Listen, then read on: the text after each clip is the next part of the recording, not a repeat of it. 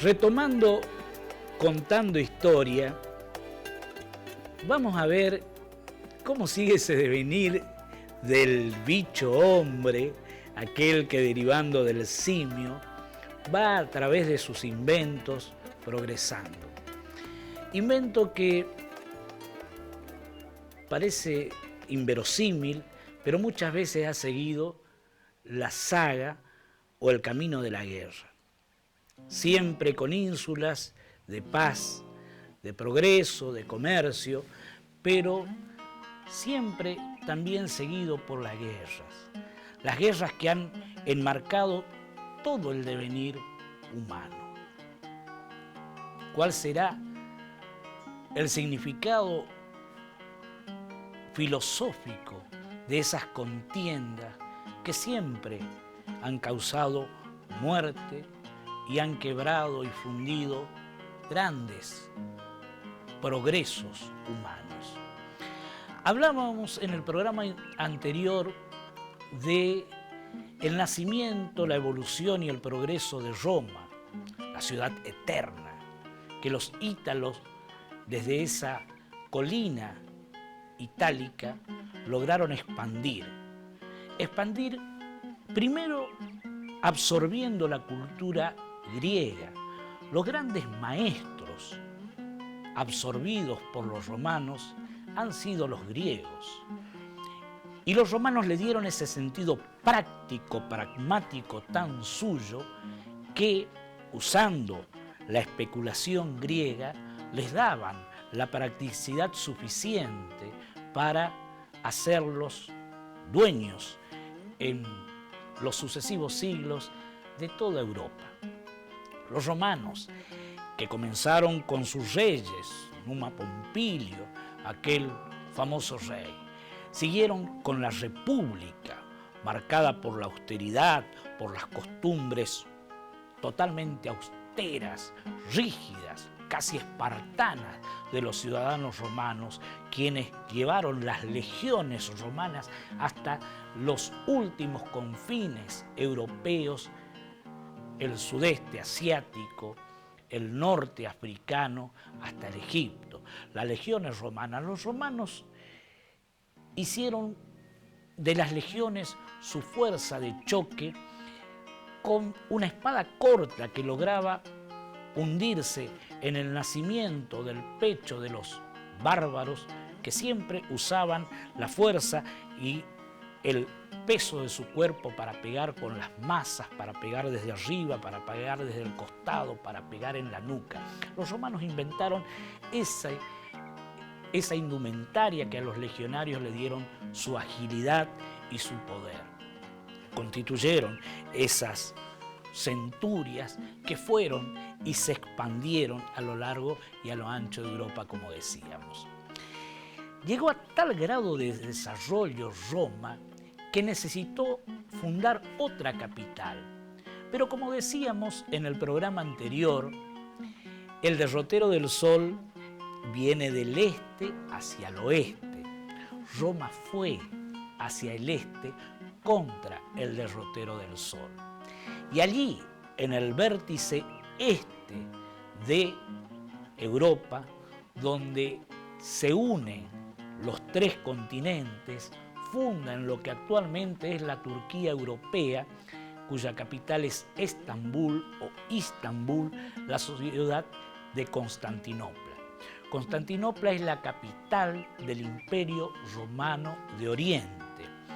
Allí se constituyó el conocido Bizancio, el Imperio Bizantino, el Romano de Oriente. Allí llegó a su máximo esplendor con el emperador Justiniano.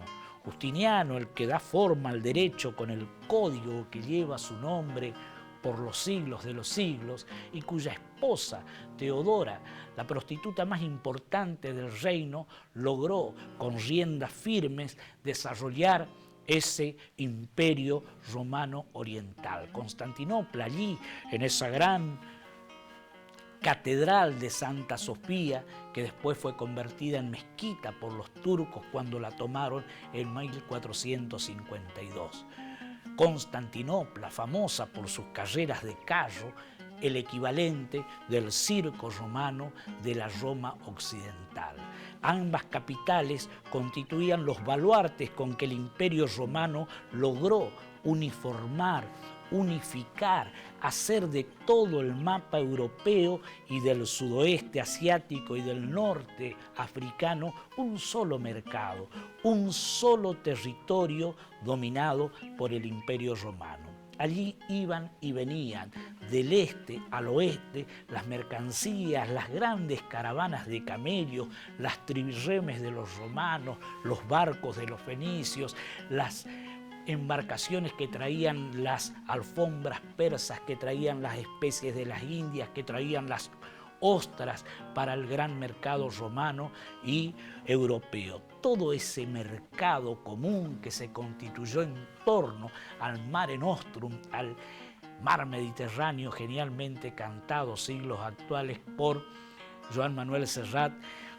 constituyó el centro europeo donde romanos de Occidente y romanos de Oriente, con egipcios, con griegos, con macedonios, con cartagineses, con todo el conglomerado que constituyeron los pueblos que fueron absorbidos como colonias por Roma, dieron lumbre a ese magnífico imperio. Roma, con sus acueductos, con sus legiones, con su derecho, con su arquitectura tan particular, con sus desfiles fastuosos de sus diversas conquistas, con Julio César, aquel que fue hasta las Galias a vencer a su pueblo indómito de los galos y que después fue hasta el Egipto y conquistó a Cleopatra. Dicen que cuando vuelve César y trata de imponerse a Roma y vencer con ello la legislación de la República, tuvo que cruzar el Rubicón, ese río que era prohibido cruzar para las legiones, y allí dijo: vine, vi y vencí, vini, vidi, vici, la frase célebre que enmarcó el inicio de la era de Julio César. Julio César, aquel que quedó grabado en la historia por haber puesto al calendario que modificó un mes que hasta ahora lleva su nombre, Julio, en honor a el César Julio. Su sucesor no quiso ser menos y al mes subsiguiente que creó, subdividiendo, lo llamó Augusto, nuestro actual agosto. Julio César, al ir a Egipto, fue captado por la reina Cleopatra o por la princesa Cleopatra que luchaba por el trono egipcio con su hermano. Realmente páginas memorables de la historia. La guerra gala contada por Julio César, que como nuestro José María Paz, aparte de guerrero, ha sido historiador. Él escribió de puño y letra la Guerra de las Galias.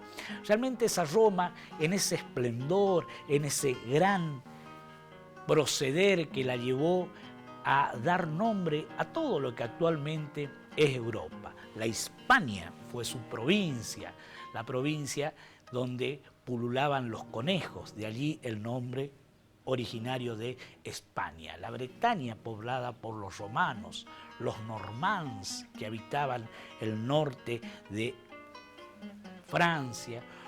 Luego estaban los genéricamente denominados bárbaros, suevos, godos, ostrogodos, ulanos, más al oeste los mongoles, los tártaros, al norte de África los berberiscos, los que fueron unificándose paulatinamente mediante otra gran religión que nació en la humanidad, el Islam.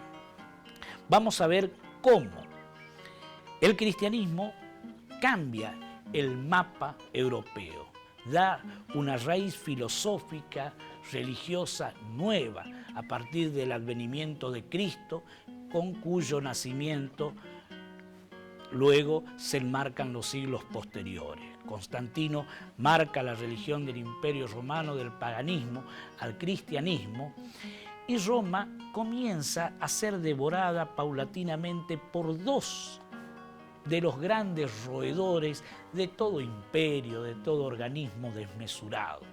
los enemigos externos y los enemigos internos. Internamente el Imperio Romano llegó a tal grado de opulencia que su clase dirigente, aquellos que decíamos que en las repúblicas habían sido austeros, que para ser candidatos se necesitaba vestirse de blanco para demostrar la pureza de las intenciones al momento de someterse a el sufragio popular, por la caudalosa cantidad de bienes que Roma detentaba en sus conquistas, comenzó a perder el norte de su gobierno. La clase opulenta romana, ya en lugar de dedicarse a gobernar, a conquistar y a mantener el orden de su imperio, comenzó a dilapidar tanta riqueza acumulada. Y es entonces cuando desde el norte europeo, desde el norte africano, desde el este asiático, comienzan diversos pueblos genéricamente, como decíamos, denominados bárbaros, a minar la fortaleza del imperio. Atacan los hunos, ataca Alarico, atacan los normands u hombres del norte, atacan los vikingos, atacan los bereberes, los sarracenos, los moros, atacan desde todos los laterales y desde todas las fronteras al Imperio Romano. Alarico llega a Roma, cae Constantinopla a su vez y entonces se deshace la unidad del Imperio Romano. Y se rompe ese mercado, ese común hábitat o territorio que unía el Oriente Lejano, Zipango, el Catay, la India, Egipto, con Europa. Y nace el medioevo europeo, marcado por los castillos, marcado por los señores feudales que deben encerrarse en esas fortalezas de piedra para evitar que todos los bárbaros que rodeaban y atacaban a la Europa central los sacrificaran. Entonces era necesario reponer el tránsito, reponer el tráfico, reponer las rutas que unían ese occidente hasta donde habíamos llegado con Roma al lejano oriente, de donde provenía todo lo que daba sustento a la economía europea que vivía enmarcada o sumida en guerras. Quedamos de repente en Europa sin especias, sin nuez moscada, sin clavo de olor, sin jengibre, sin pimienta. Quedamos sin las alfombras persas, quedamos sin las ostras, quedamos sin las perlas. Entonces Europa se volvió encerrada dentro de sí misma y carente de esos bienes que dan a la vida bienestar. Estar bien, poseer bienes que hacen la vida más agradable. Europa en ese medioevo, signada por un fanatismo religioso, va en 9 cruzadas, 9 expediciones militares en búsqueda del Santo Sepulcro que estaba custodiada o que estaba tomada por los turcos. 9 expediciones militares. Federico Barbarroja, la expedición que fue diezmada, que fue azotada, asolada, sacrificada por los piratas del norte de África, la famosa cruzada de los niños. Niños de 9, 10, 11, 12 años que se alistaron y fueron convocándose unos a otros y que por miles salieron del continente europeo rumbo a la Jerusalén libertaria. Allí llegó Godofredo, allí fue el primero que logró trasponer los muros y lograr por un tiempo la toma de la ciudad sagrada donde descansaban los restos de Cristo. Esa Europa que había perdido un poco el norte, que fue, reitero, dividida en un mosaico innumerable de principados, ciudades, reyesados, castillos, finalmente ve en el oeste florecer una civilización absolutamente novedosa y progresista, en el seno de la última península que marca el continente europeo ya sobre el Atlántico. En la península ibérica, los árabes que sarracenos, moros, godos traspusieron las columnas de Hércules, el peñón de Gibraltar hacia los años 700 y tanto, logran establecerse en toda la península ibérica, marcada por el límite norte de los Pirineos que la separa de Francia. De ahí no pudieron pasar porque los vascos se opusieron y lograron derrotarlos haciendo un muro infranqueable en las montañas de los Pirineos. Allí durante 800 años los árabes hicieron florecer a su vez una de las civilizaciones más raras que tuvo la humanidad.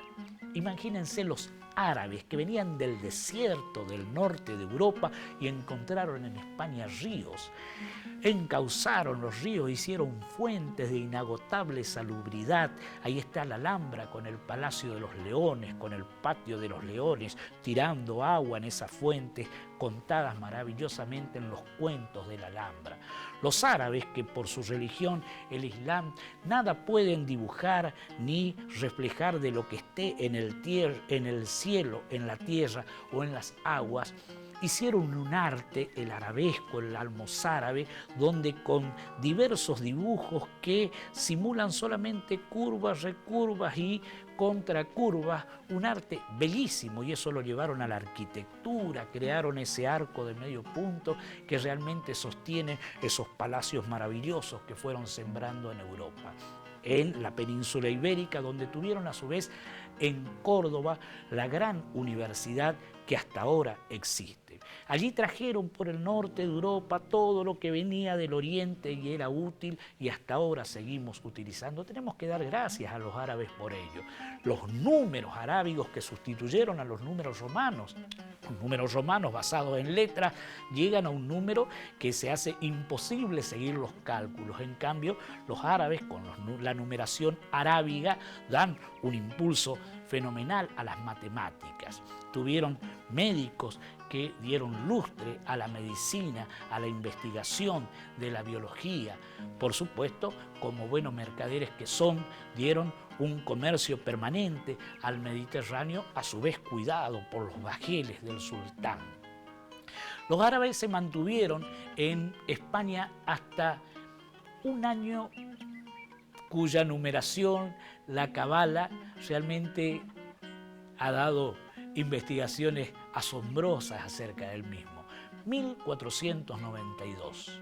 1492 es un año de grandes cambios allí en lo que ahora es España, porque el 2 de enero de 1492, dos primos que habían contraído matrimonio, Fernando, rey de Aragón, e Isabel, su prima, reina de Castilla, el reino cristiano más grande de la península ibérica, logran derrotar al último representante de los árabes, Boabdil, que era el rey de la ciudad árabe de Granada, en España, esa cantada por la canción Granada, mi tierra ensangrentada con sangre de toros, una de las ciudades más bellas que los árabes hicieron en territorio español, allí al pie de la Sierra Nevada. Cuentan que cuando Boabdil pierde el reino moro de Granada, su último territorio, sale escapando hacia la Sierra Nevada, enjaezado en su caballo negro, su corcel, y la madre, al verlo llorar, le dice: hijo, no llores como mujer lo que no supiste defender como hombre. De allí nace el último suspiro del moro, llevado a la pintura en forma magistral y a la novela que hasta nuestros días llega de manos de uno de los escritores perseguidos por justamente la nación árabe. El 2 de enero cae Granada, se unifica el territorio ibérico por parte de los reyes después llamados católicos, Fernando e Isabel.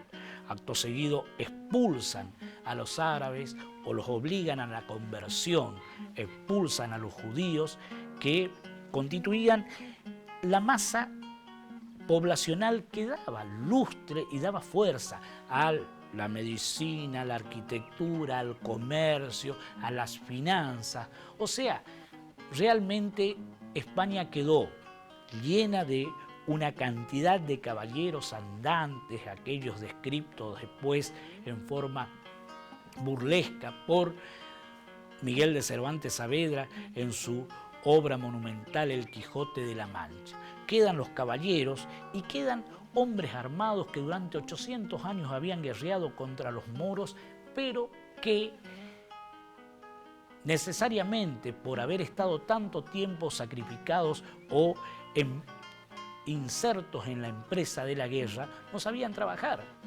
Entonces España entra paulatinamente en un grado de empobrecimiento, porque le faltaban los árabes que daban el comercio y le faltaban los judíos que daban orden a las finanzas. Entonces, todos estos soldados cristianos no estaban predispuestos al trabajo de la tierra. Un montón de conventos, un montón de cientos de miles de abadías y de monasterios constituían ese territorio español que poco a poco se fue empobreciendo. Entonces, he aquí que visita a la reina Isabel el almirante Cristoforos Columbus, Cristóbal Colón. Visita a la reina y le propone lo que Europa necesitaba tras la caída del Imperio Romano: ir hacia el oriente, pero por la ruta de occidente, hacer una ruta nueva, hacer un camino incierto. Es cuanto menos que legendaria y mitológica la figura, la vida de don Cristóbal Colón. Se supone nacido en Génova, hijo de un tabernero genovés, aunque en ninguno de sus escritos queden huellas de haber hablado o escrito ese idioma. Él escribió en castellano. Colón, que se había casado y vivido en el reino de Portugal con una familiar de la familia de los reyes portugueses, los Braganza.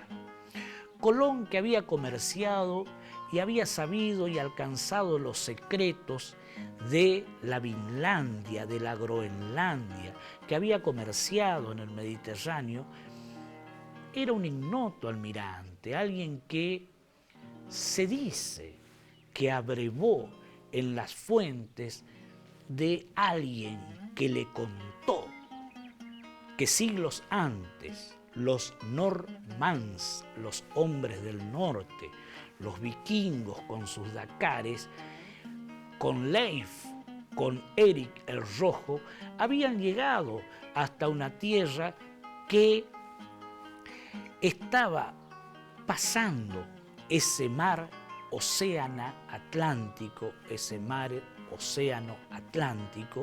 y donde había vides, y donde había riquezas inconmensurables, y a la que era fácil de llegar, pero que los vikingos, echados de esas tierras por los monicongos, habitantes de color cobrizo, sumamente aguerridos, lograron expulsarlos.